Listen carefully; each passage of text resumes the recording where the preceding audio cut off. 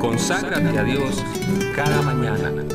Haz de esto tu primer trabajo. Por la mañana, oh Señor, elevo a ti mi voz. A tu buen nombre doy loor, con gratitud mi Dios. Buenos días, Señor Jesús. Estamos terminando una semana más de programación. Agradecemos su sintonía durante estos 5 días y esperamos contar con ustedes la próxima semana. Si aún no nos ha pedido el librito Los 10 Mandamientos, le invitamos a que lo haga. Lo estamos ofreciendo al que nos envíe una donación de $15 o más. Sus donativos nos ayudan a permanecer en el aire. Además, estoy seguro que gozará la lectura de este libro. Bien, nuevamente estaremos escuchando un oportuno devocional en labios del pastor Daniel Loredo. Pongamos atención a su mensaje.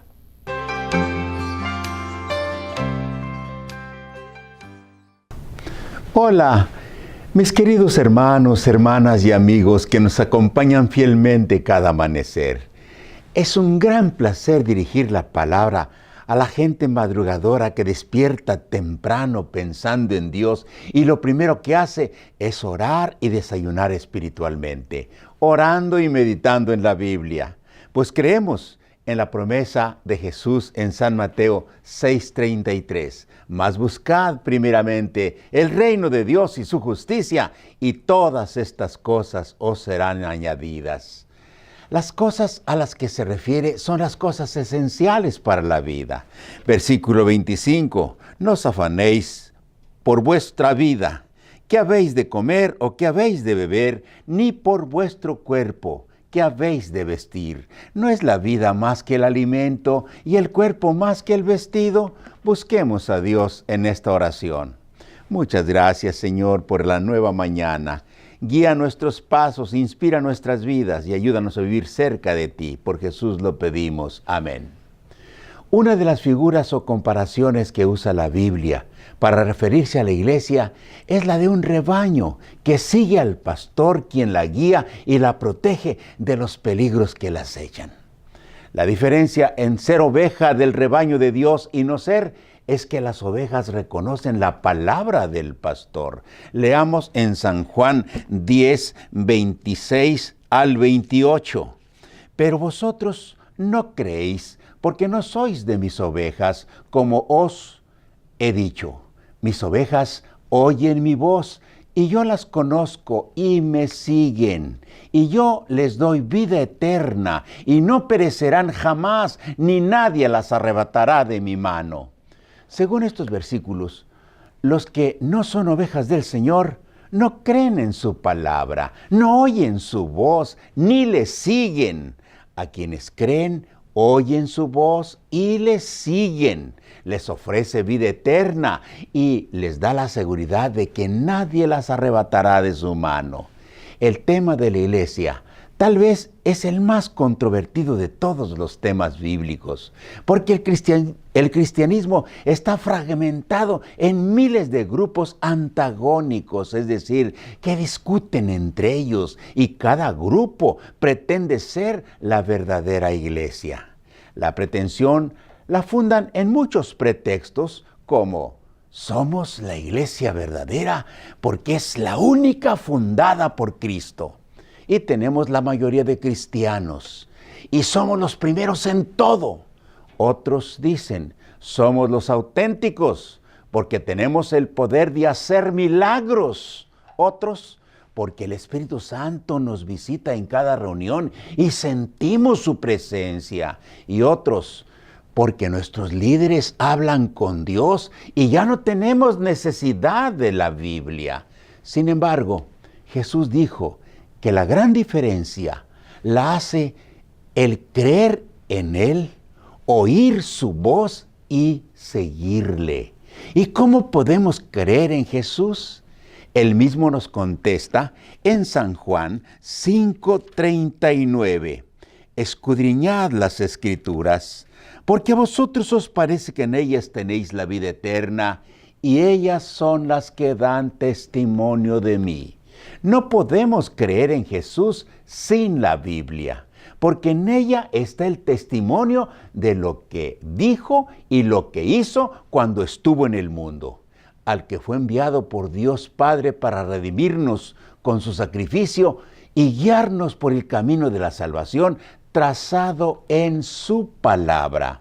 Por eso dice en San Juan 7:17, el que quiera hacer la voluntad de Dios, conocerá si la doctrina es de Dios o si yo hablo por mi propia cuenta.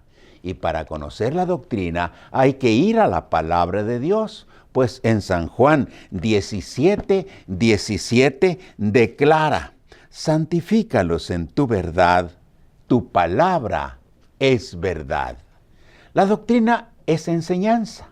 No puede haber enseñanzas sin un maestro y un texto en el que se base esa doctrina. Jesús usó la Biblia del Antiguo Testamento como el texto base de sus doctrinas.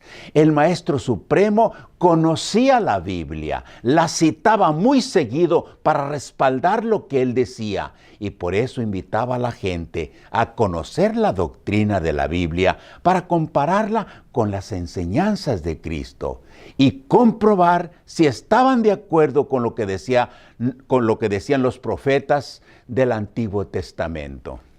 Un ejemplo de la actitud respetuosa de Jesús a la parte de la Biblia que ya estaba escrita en su tiempo, es decir, el Antiguo Testamento, es cuando dos de sus seguidores caminaban tristes y cabizbajos de Jerusalén a la aldea en donde vivían.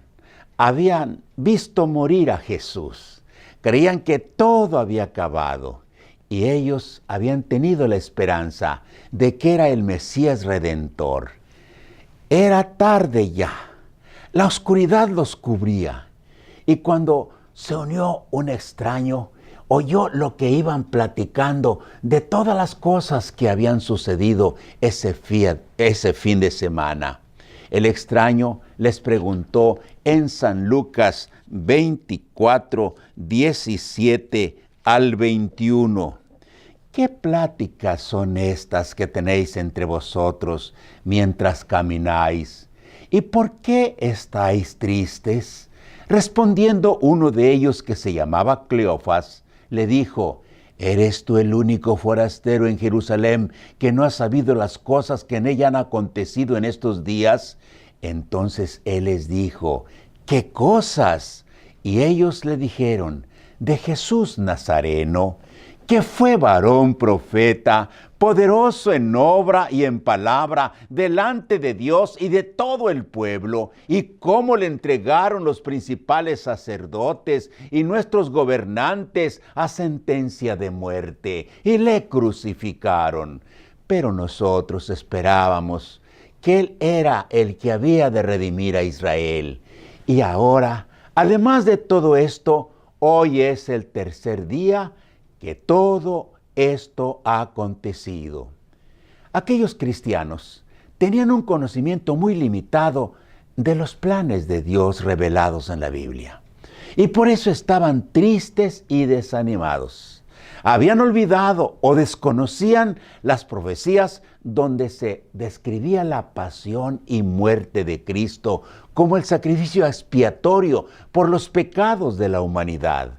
Y Jesús les dio un amplio estudio bíblico que abarcó desde el Génesis hasta Malaquías, versículos 25 al 27. Entonces Él les dijo: oh insensatos y tardos de corazón, para creer todo lo que los profetas han dicho. ¿No era necesario que el Cristo padeciera estas cosas y entrara en su gloria? Y comenzando desde Moisés y siguiendo por todos los profetas, les declaraba en todas las Escrituras lo que de él decían. Vivimos en los últimos días de la historia de este mundo.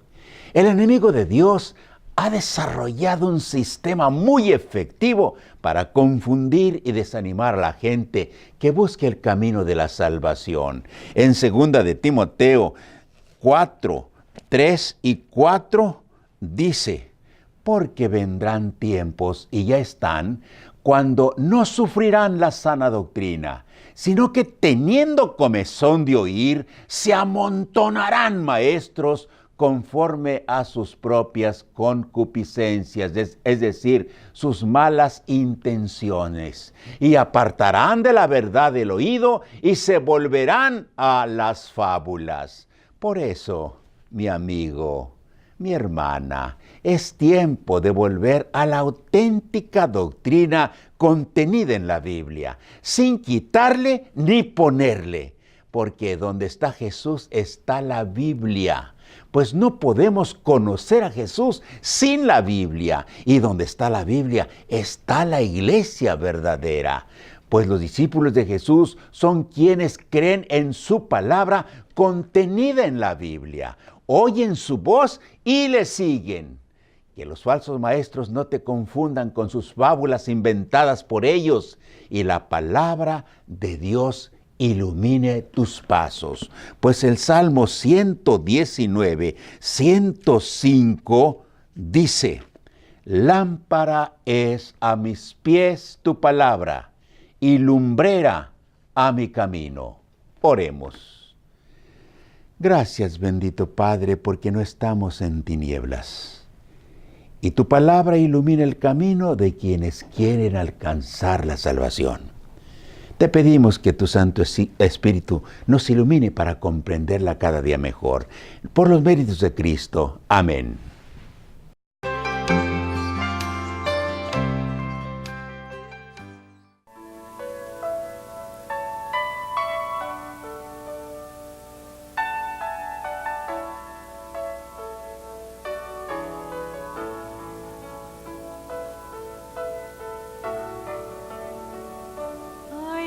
Antorcha en cada alma, unas brillan ardientes, otras frías y oscuras están.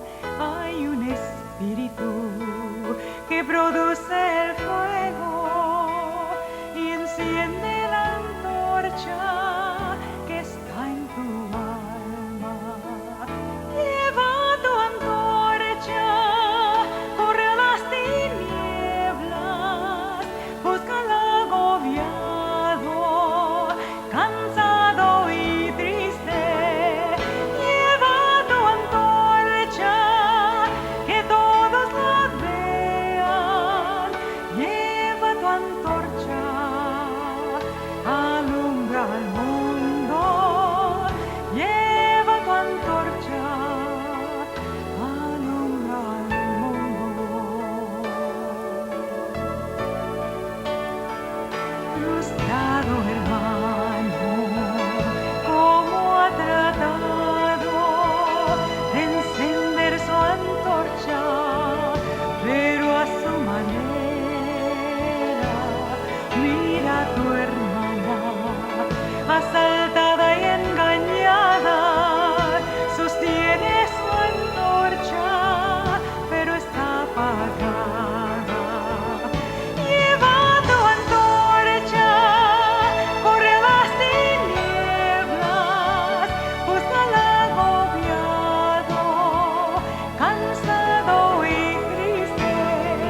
Lleva tu antorcha, que todos la vean.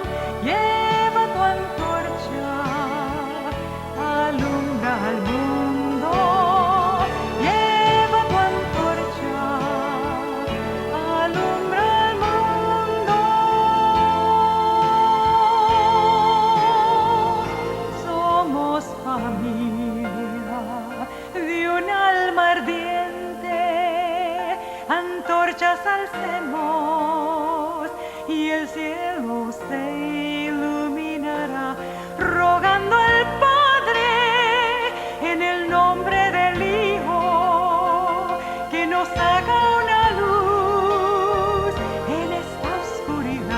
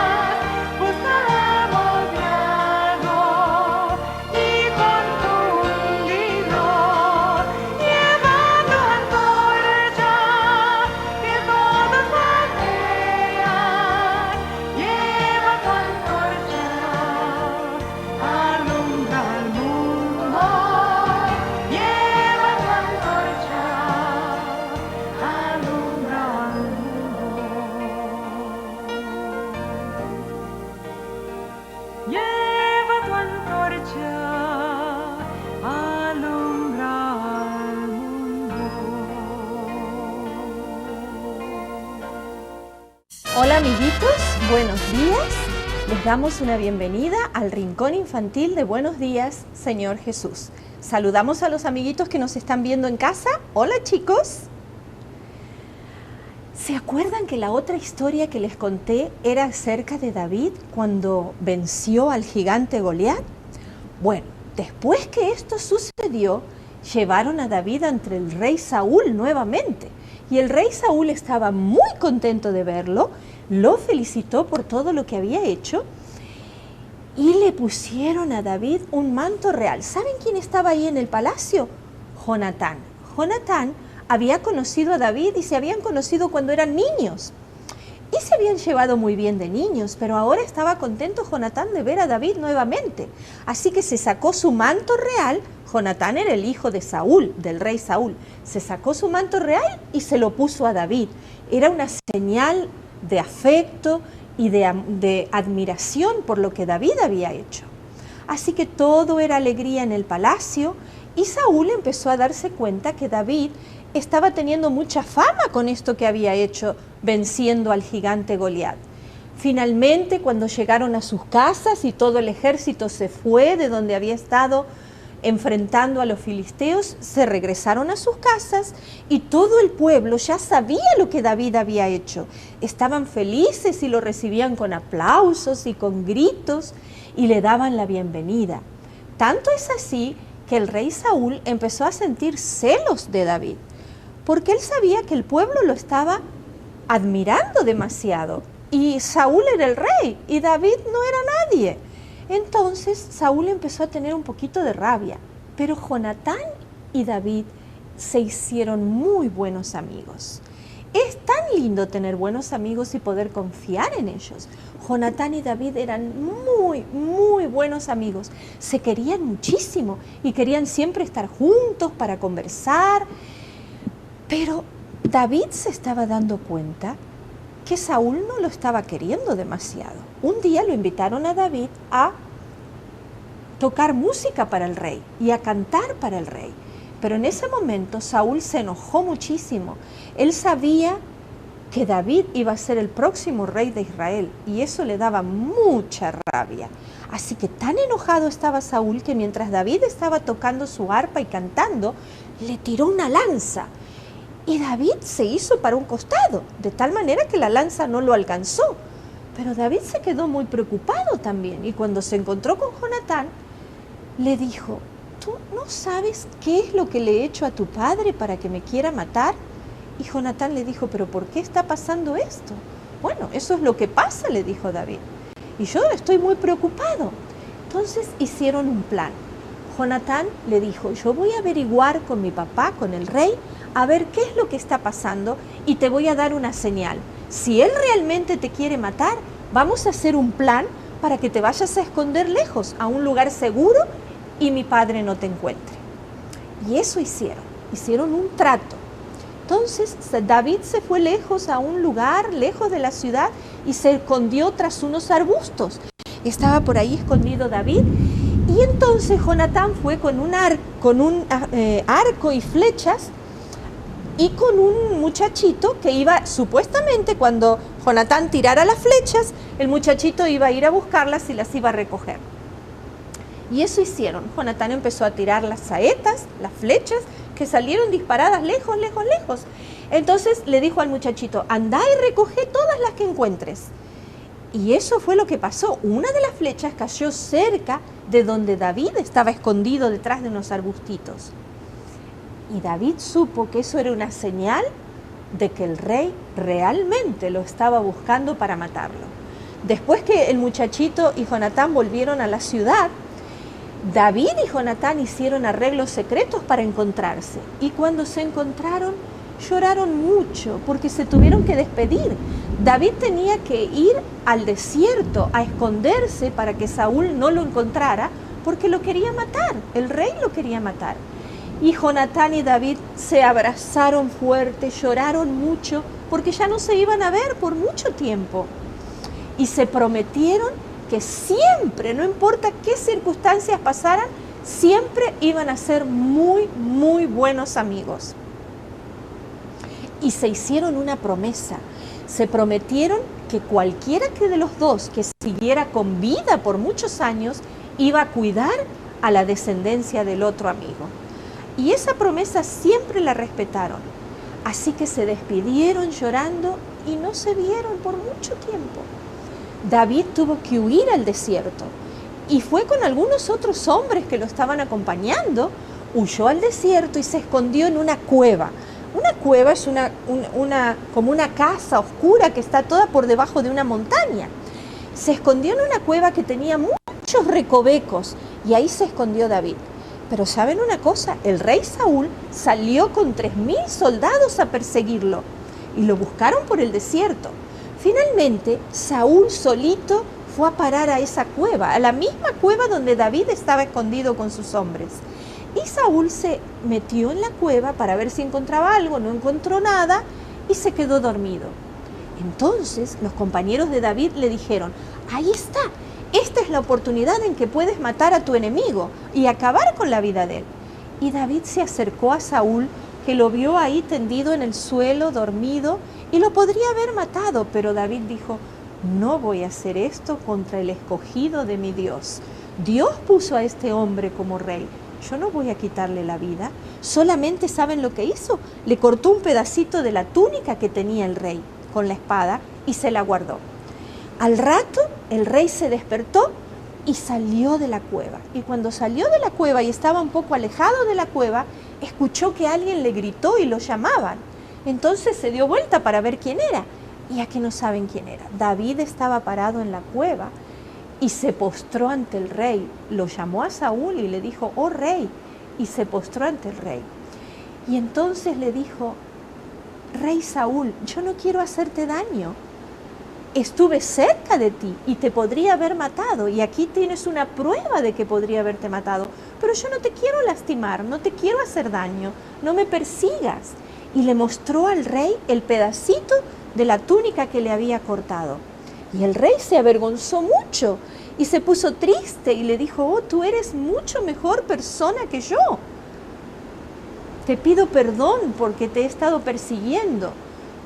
Prométeme que cuando tú seas rey, le dijo Saúl, le dijo a David, porque Saúl sabía que Dios lo había escogido a David para ser rey de Israel.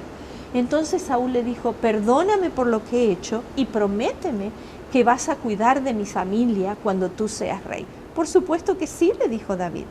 Y así Saúl se fue a su palacio, pero David se quedó todavía por un tiempo en el desierto. Esta historia nos habla de lo hermosa que es la amistad y de lo lindo que es tener amigos verdaderos que están dispuestos a dar su vida por nosotros, a cuidarnos, así como Jonatán ayudó a David y David ayudó a Jonatán. Los dos se querían muchísimo y fueron muy buenos amigos. Ojalá que ustedes, amiguitos, también puedan encontrar buenos amigos con quienes se lleven bien y se puedan querer mucho. Vamos a despedirnos hasta la próxima historia y saludamos también a los amiguitos que nos ven en casa. Hasta la próxima, chicos.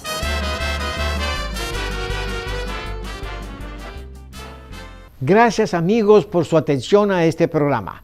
En pantalla aparecen los capítulos de la Biblia para la lectura de hoy. Felicito a los que siguen el plan de terminar de leer la Biblia en un año. Espero que pasen un feliz fin de semana y no se olviden de congregarse para adorar a Dios. Les invito para que nos acompañen la próxima semana al iniciar nuestro día con el programa Buenos Días, Señor Jesús. Que Dios les bendiga.